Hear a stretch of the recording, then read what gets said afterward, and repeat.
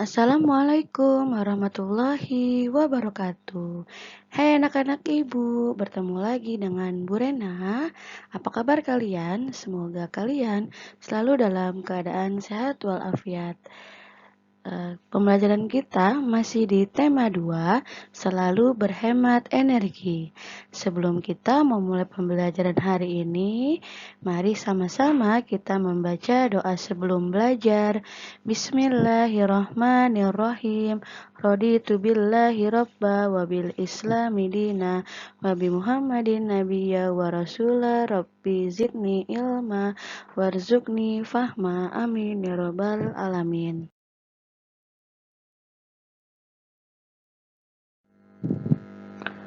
Subtema 3, energi alternatif, pembelajaran kelima dan keenam. Muatan pelajarannya, yang pertama ada muatan IPA KD 3.5, yaitu mengidentifikasi berbagai sumber energi, perubahan bentuk energi dan sumber energi alternatif, angin, air, matahari, panas bumi, bahan bakar organik, dan nuklir dalam kehidupan sehari-hari. Yang kedua ada muatan PPKN KD 3.2, mengidentifikasi pelaksanaan kewajiban dan hak sebagai warga masyarakat dalam kehidupan sehari-hari. Yang ketiga ada muatan IPS KD 3.1, mengidentifikasi karakteristik ruang dan pemanfaatan sumber daya alam untuk kesejahteraan masyarakat dari tingkat kota atau kabupaten sampai tingkat provinsi. Tujuan pembelajaran yang akan kalian dapatkan, yang pertama, kalian dapat menjelaskan manfaat dari jagung. Yang kedua, kalian dapat menjelaskan pemanfaatan sumber daya alam untuk kesejahteraan masyarakat.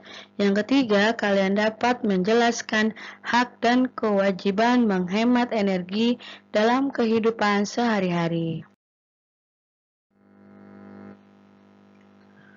Yang pertama ada muatan IPA KD 3.5 tentang menjelaskan manfaat jagung. Sumber daya alam dimanfaatkan manusia untuk memenuhi kebutuhan, termasuk kebutuhan pangan. Manusia membutuhkan makanan untuk memperoleh energi dalam tubuh. Salah satu makanan pokok di beberapa daerah di Indonesia adalah jagung. Nah, kalian tahu kan jagung? Jagung merupakan salah satu sumber daya alam yang memiliki banyak manfaat bagi manusia. Beberapa daerah di Indonesia menjadikan jagung sebagai bahan makanan pokok, misalnya di Madura dan Maluku.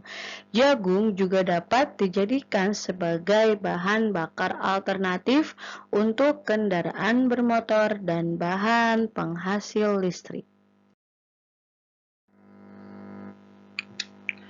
Tugas kalian bacalah teks tentang jagung di buku tematik kalian 4B halaman 103.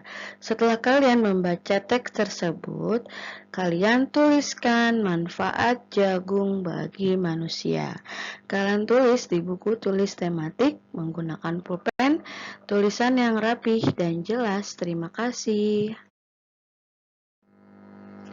Selanjutnya, muatan IPS KD 3.1 menjelaskan pemanfaatan sumber daya alam untuk kesejahteraan masyarakat. Makanan pokok suatu daerah berbeda-beda. Hal tersebut sesuai dengan keadaan tempat dan budaya. Makanan pokok berasal dari tanaman, baik dari serealia seperti beras, gandum, jagung, maupun umbi-umbian seperti kentang, ubi jalar, talas, dan singkong. Nah, berikut ini contoh 5 makanan pokok selain nasi. Yang pertama ada yang namanya sagu. Sagu ini berasal dari Maluku dan Papua. Sagu dikonsumsi sebagai makanan pokok karena kedua wilayah kaya akan tanaman sagu. Selanjutnya beras singkong Beras singkong di Desa Cirende, Cimahi, Jawa Barat. Mereka mengolah singkong menjadi tepung beras atau beras singkong. Selanjutnya sakelan. Sakelan di Desa Sigedong, Temanggung, Jawa Timur. Sakelan ini sama seperti nasi jagung, yaitu memberi tenaga dibanding nasi beras. Nah, masyarakat Sigedong menjadikan nasi jagung atau sakelan sebagai makanan pokok mereka. Seperti halnya nasi beras pada masyarakat lain, mereka merasa belum makan jika belum menyantap nasi jagung. Bahkan menurut mereka, nasi jagung lebih memberi tenaga dibandingkan dengan nasi beras. Selanjutnya ada yang namanya jamawut. Jamawut di Biak Numfor, Papua. Jamawut adalah sejenis tanaman serealia, yaitu tumbuh subur di Biak Numfor dengan nama lokal pokem. Nah, bagi masyarakat Biak Numfor, jamawut dimanfaatkan sebagai bahan makanan pokok dan komoditas adat sejak berabad-abad lalu. Selanjutnya ada yang namanya ubi jalar. Ubi jalar di suku Dani, Jayawijaya, Papua. Ubi jalar disebut dengan hipere oleh masyarakat sekitar. Nah, penduduk suku Dani mengonsumsi ubi jalar sebagai bahan makanan pokok mereka.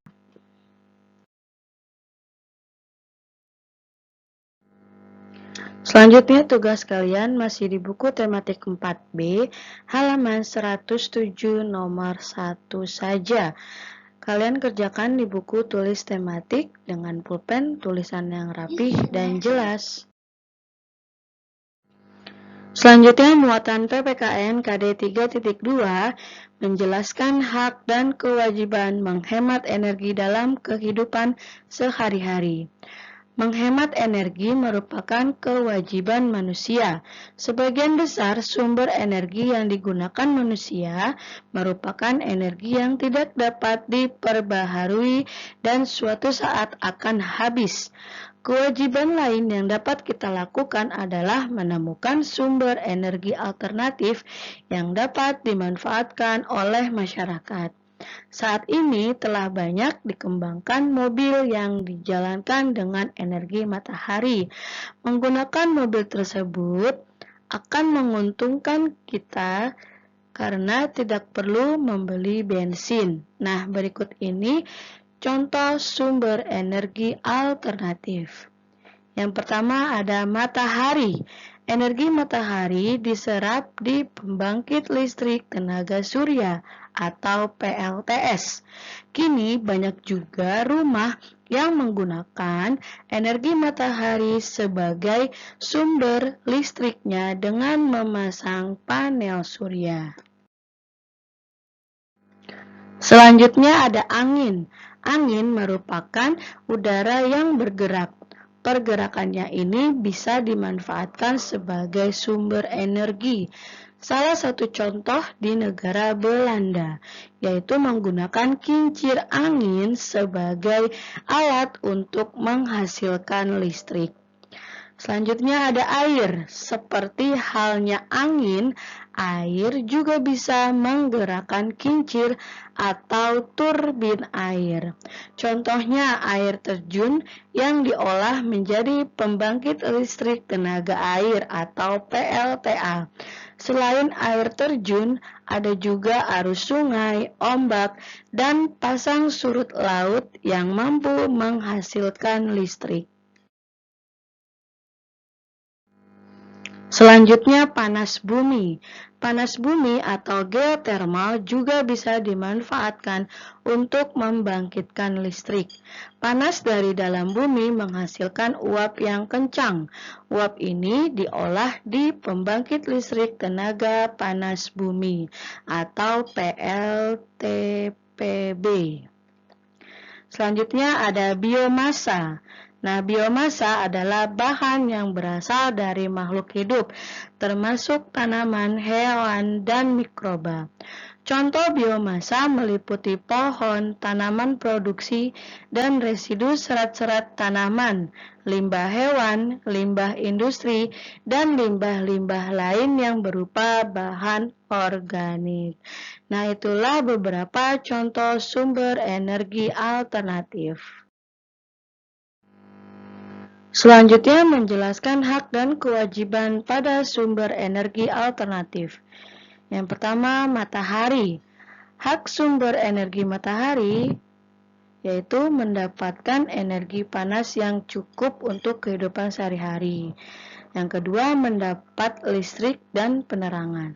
Nah, kewajibannya yaitu pertama, menggunakan energi sebutuhnya saja. Yang kedua, menjaga energi agar tidak disalahgunakan.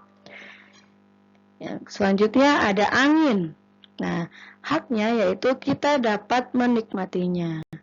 Kewajibannya yaitu kita harus menjaganya agar tidak ada polusi udara, kabut asap, debu, kotoran, dan asap rokok. Selanjutnya ada air. Nah, haknya yang kita dapatkan yaitu pertama menggunakan untuk minum, kedua menggunakan untuk masak, ketiga menggunakan untuk mandi, dan lain sebagainya.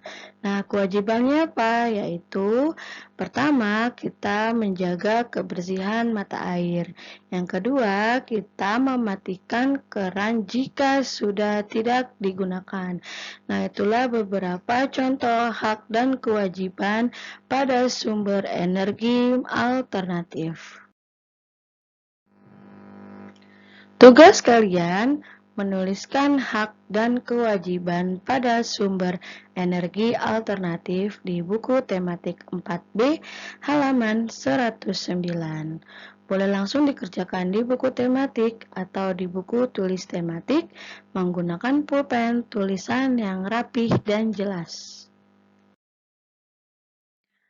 Alhamdulillah, pembelajaran tematik kita hari ini sudah selesai. Semoga ilmu yang Ibu berikan bermanfaat untuk kalian semua. Kurang lebihnya Ibu mohon maaf. Wassalamualaikum warahmatullahi wabarakatuh. See you next time.